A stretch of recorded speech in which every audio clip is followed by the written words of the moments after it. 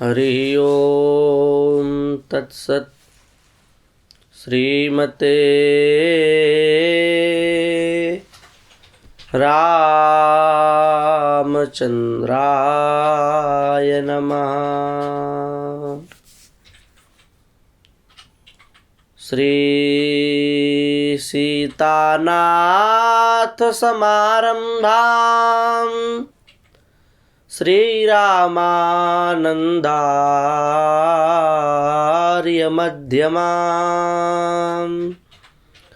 अस्मदाचार्य पर्यन्तां वन्दे गुरु परंपराम्। श्री सीतारामचंद्र भगवान की जय। श्री सद्गुरुदेव भगवान की जय। जय जय श्री राधे श्याम। हरिशरणम।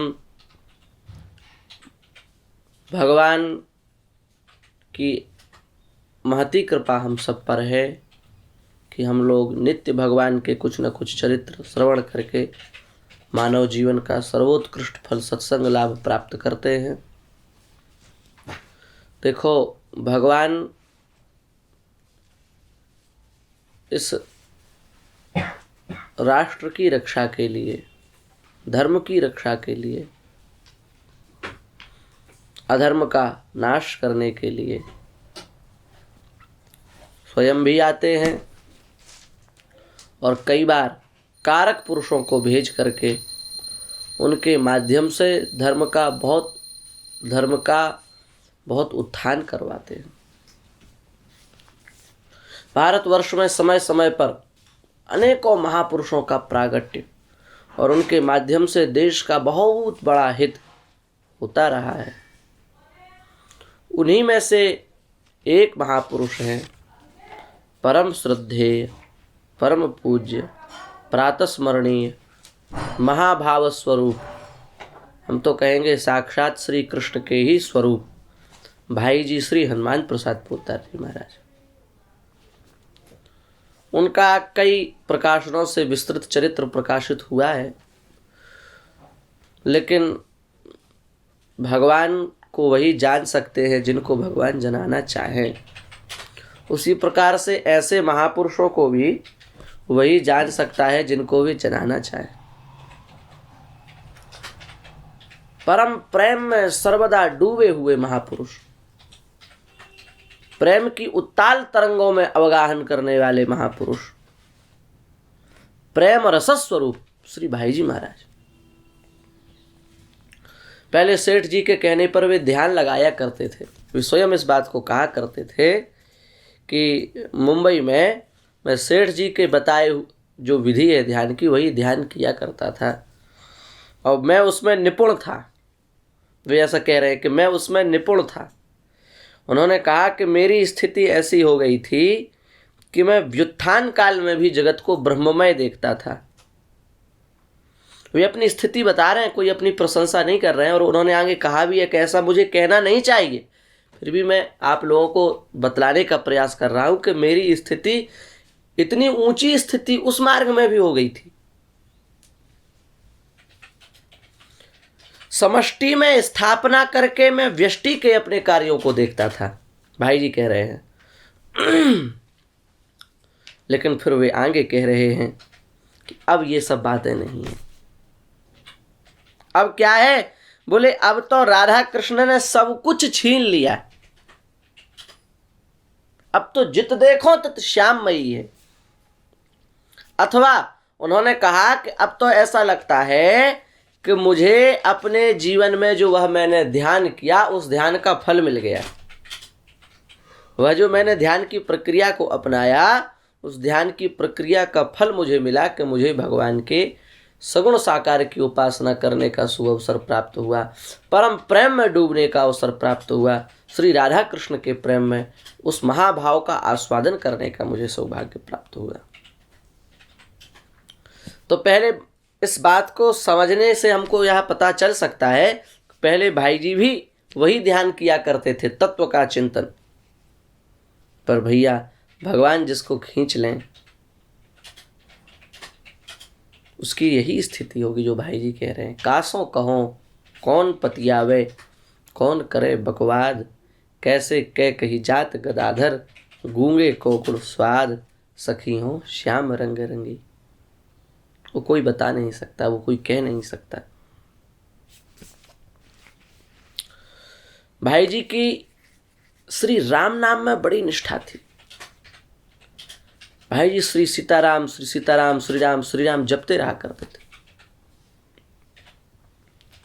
ये बात समझने की है, हम कोई पक्षपात वाली बात नहीं कह रहे हैं, बहुत समझने की बात है। सब तत्वतः एक ही प्रभु हैं, सब उन्हीं के नाम रूप हैं। भाई जी की एक छोटी सी घटना है। भाई जी मुंबई में थे और उस समय सूरदास जी महाराज का नाटक चल रहा था और सूरदास जी महाराज का वह चरित्र देखने के लिए भाई जी श्री सागरमल जी के साथ जा रहे थे और श्री सागरमल जी का घर उसी मार्ग में पड़ता था। तो सागरमल जी ने कहा कि चलो जल पी करके आगे बढ़ेंगे और भाई जी ने लिखा कि मैंने उनकी बात को स्वीकार कर लिया और उनके घर पहुँचे। पहुँचते ही भगवान नाम के संबंध में चर्चा चल पड़ी और सागरमल जी ने उस विषय में कहा कि भगवान नाम का फल तभी मिलता है जब भगवत स्मृति साथ हो, अर्थात भगवान का चिंतन करते हुए जो भगवान का नाम जपा जाता है उस जप का फल प्राप्त होता है। और भाई जी कहते थे कि नहीं नहीं, अज्ञान से भी, भूल से भी, धोखे से भी, न चाहते हुए भी, स्तोभ में भी, स्तोभ समझते हैं,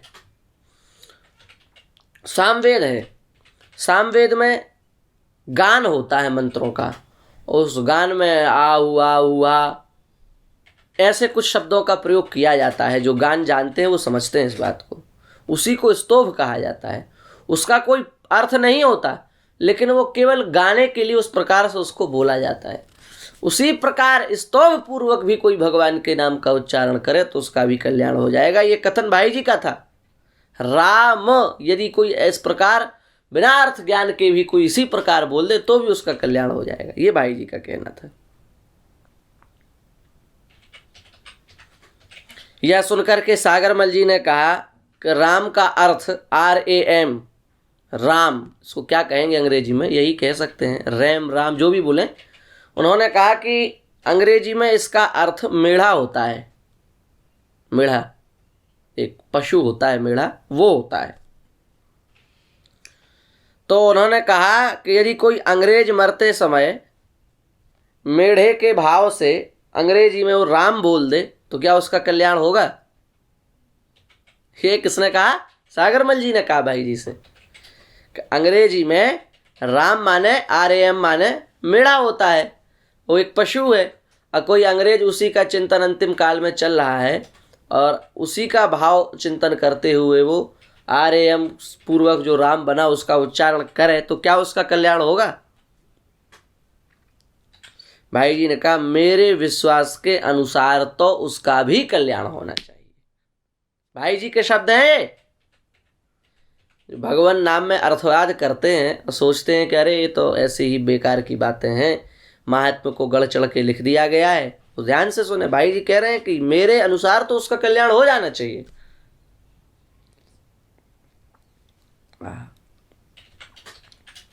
और यह बात चल ही रही थी कि अचानक भाई जी की बाह्य चेतना लुप्त हो गई। बाहर का चित्र उनकी दृष्टि से हट गया। मैं कहाँ बैठा हूं, क्यों आया हूं, कहाँ हूं, किसके पास हूं, सब भूल गया। नेत्र खुले के खुले रह गए। जहां भाई जी बैठे थे वहीं बैठे के बैठे रह गए। और भाई जी बताते हैं कि मुझे केवल इतना स्मरण है कि वनवासी वेश में, वनवास की वेशभूषा में मुझे भगवान श्री राम, भगवती श्री जानकी जी और श्री लक्ष्मण जी का प्रत्यक्ष साक्षात्कार हुआ। श्री राम जी का, श्री लक्ष्मण जी का, श्री जानकी जी का प्रत्यक्ष साक्षात्कार मुझे इन्हीं नेत्रों से हुआ। मैं बैठा रह गया, मुझे कोई चेतना नहीं है, और मुझे भगवत साक्षात्कार प्रत्यक्ष मैंने देखा कि श्री सीतारामचंद्र और श्री लक्ष्मण जी जा रहे हैं। कितनी देर तक दर्शन हुए भाई जी कहते मुझे ध्यान नहीं है, इस बात का स्मरण नहीं है, कितनी देर तक वही झांकी दिखती रही और बातें भी हुई। पर भाई जी ने कहा कि मुझे केवल एक दो बातें याद हैं बस। और भगवान ने जो कहा भाई जी से बहुत बहुत चिंतन करने योग्य बात है, सब साधकों को समझने योग्य बात है, भगवान का वचन है। भाई जैसे महाभागवत से भगवान कह रहे हैं, इसको कैसे कोई नकार सकता है। भगवान ने कहा भाई जी किसी भी प्रकार जो नाम का जप करता है उसकी सद्गति होती है। ये भगवान के शब्द हैं भाई जी के लिए। किसी भी प्रकार से, येन केन प्रकारेण, कोई भी मेरे नाम का यदि स्मरण करता है तो उसका कल्याण होगा। ये बात भगवान ने उनसे कही। और दूसरी बात बोले पूरी तो याद नहीं है, पर विष्णु दिगंबर जी गायनाचार्य जी थे, उनका भी भगवान ने स्मरण किया। ये भी भाई जी ने कहा किस प्रसंग में किया, किस रूप में किया, ये मुझे याद नहीं है। ये विष्णु दिगंबर जी बहुत महान संगीतज्ञ थे महाराज उस समय, और बहुत बड़े राम भक्त भी थे। और ये संगीत सिखाते थे, और इनका महाराज ऐसा प्रभाव था, पंडित जी मुसलमान, सिख, ईसाई सभी धर्मों के लोग इनसे संगीत सीखने के लिए आते थे। और उनका ऐसा सामर्थ्य था कि वो एक ही पद में 36 रागों को गाते थे। एक पद में 36 राग गाने की सामर्थ्य थी उनमें। जब कांग्रेस का अधिवेशन होता था तो उसमें गांधी जी सबसे पहले इनको बुलाते थे, और फिर उसके बाद में रघुपति राघव राजा राम पतित पावन सीताराम, यह जो भजन है इस भजन को गाया जाता था। और गांधी जी कहते थे कि ये हमारा राष्ट्रीय गान है। और उस समय इतना सौहार्द था, इतना माधुर्य था कि हिंदू हो, मुसलमान हो, पारसी हो, ईसाई हो, कोई भी हो, वे सब लोग इसको गाया करते थे। रघुपति राघव राजा राम पतित पावन सीताराम, सब इसको गाते थे। अहमदाबाद में कांग्रेस का अधिवेशन चल रहा था, भयंकर भीड़ हुई, बहुत भारी मात्रा में भीड़ हुई। और इतनी ज़्यादा भीड़ हुई कि वहाँ बेकाबू हो गई स्थिति। 40 फीट ऊंचा मंच बनाया गया था, फिर भी इतनी भीड़, मंच के चारों ओर भीड़ ही भीड़ हो गई। क्या किया जाए, संचालक महोदय बार बार आग्रह करते पर कोई सुनने ही तैयार नहीं था। अंत में गांधी जी ने भी समझाने का प्रयास किया मंच पर चढ़कर, पर उनकी भी बात किसी ने नहीं सुनी। तो गांधी जी समझ गए, बोले विष्णु दिगंबर जी को बुलाओ। और जब विष्णु दिगंबर जी ने अपने मधुर स्वर में रघुपति राघव राजा राम गाना प्रारंभ किया तो महाराज सारी जनता बिल्कुल शांत हो गई, पूरी सभा में स्तब्धता छा गई। ऐसा इनका वाणी में माधुर्य था, ऐसा इनका विलक्षण प्रभाव था।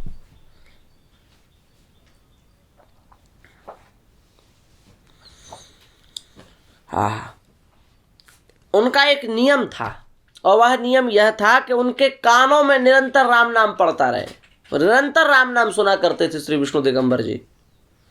और 2-2 घंटे उनकी विद्यार्थी जो थे उनकी ड्यूटी थी, आपको कोई काम नहीं करना है, यही करना है कि मुझे 2 घंटे राम नाम सुनाना है। और जहाँ जाते वहीं उनका वो चालू हो जाता, और कहाँ तक कहें सोते समय भी राम नाम सुना करते थे। तानपूरा और राम नाम सुनाओ, सोते समय भी पूरी रात राम नाम सुना करते थे। आजकल के लोग तो हंसी में बात ले जाएंगे, पर जो साधक हैं वो समझेंगे। शौचालय के समय में भी उनके गेट के बाहर 2 लोग तानपूरा लेकर के राम नाम सुनाया करते थे उनको। ऐसा उनका श्री सीताराम नाम में विलक्षण प्रेम था, श्री राम नाम में इतना विलक्षण प्रेम था उनका। तो भगवान ने इनका भी स्मरण किया। और फिर उसके बाद भाई जी की स्थिति विलक्षण हो गई। सारी रात व्यतीत हो गई, ना तो वो किसी से कुछ बोलें और न उन्हें कुछ पता चले कि क्या हो रहा है क्या नहीं हो रहा, कुछ पता नहीं, बस जैसे बस वैसे बैठे के बैठे रह गए, ठूंठ के समान रह गए महाराज। और वो घबरा गए सागरमल जी, उनको लगा पता नहीं क्या हो गया, और उनको उठाया गया और उठा करके फिर सीढ़ी से नीचे उतारा गया। ये भाई जी कहते मुझे ये कुछ ध्यान नहीं है, पीछे पता चला जब लोगों ने बताया। ऐसी स्थिति हो गई कि गोदी में उठा करके नीचे लाना पड़ा, और फिर उसके बाद मुझसे कहा गया कि जाओ सुबह हो गया है, शौच करके आओ, स्नान करना है, तो वो भी उनको सुनाई नहीं दिया, कुछ पता नहीं पड़ा, बैठे रहे। फिर सीधे जाकर के इनको टोटी के नीचे बिठा दिया गया और टोटी चालू कर दी गई। तो पूरा उनका जो श्री विग्रह था वो जल से भीगने के बाद भी उनको अपनी स्मृति नहीं आई कि हम कहाँ हैं क्या है। उसके बाद जोर जोर से भगवान नाम संकीर्तन को प्रारंभ किया गया। तब धीरे धीरे धीरे धीरे धीरे धीरे उनको चेतना बाहर आई।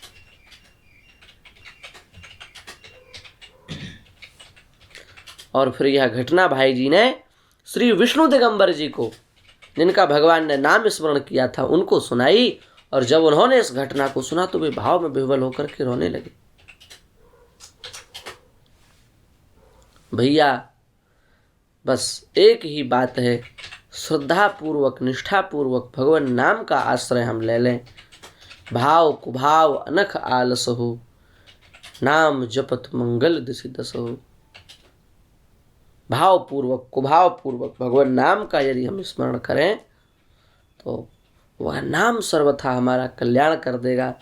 भगवत प्राप्ति कठिन नहीं है, नाम का आश्रय लेना कठिन है। नामाश्रयी व्यक्ति जो हो जाता है उसको भगवत प्राप्ति में कोई विलंब नहीं होता। बस नाम का आश्रय लो। ऐसे महापुरुषों की यह घटना केवल इसलिए उन्होंने बताई कि केवल यदि हम ईमानदारी से नाम का आश्रय लें तो हमारा कल्याण हो जाएगा। उनको मान प्रतिष्ठा की इच्छा नहीं है, हम लोगों के लाभ के लिए ऐसी बातें उन्होंने प्रकाशित की। इसलिए श्री राम नाम परम कल्याण कारक है। श्री राम नाम का आश्रय लो। और जिसकी जिस मंत्र में निष्ठा है श्री कृष्ण नाम का, जिसकी जिस मंत्र में निष्ठा वो उस मंत्र का आश्रय लो, नाम का आश्रय लो। नाम का आश्रय लेने से हमारा कल्याण हो जाएगा। ये भाई जी महाराज के प्रारंभिक जीवन की घटना है, जब उनको साक्षात श्री सीताराम लक्ष्मण जी के सहित प्रत्यक्ष दर्शन प्राप्त हुए।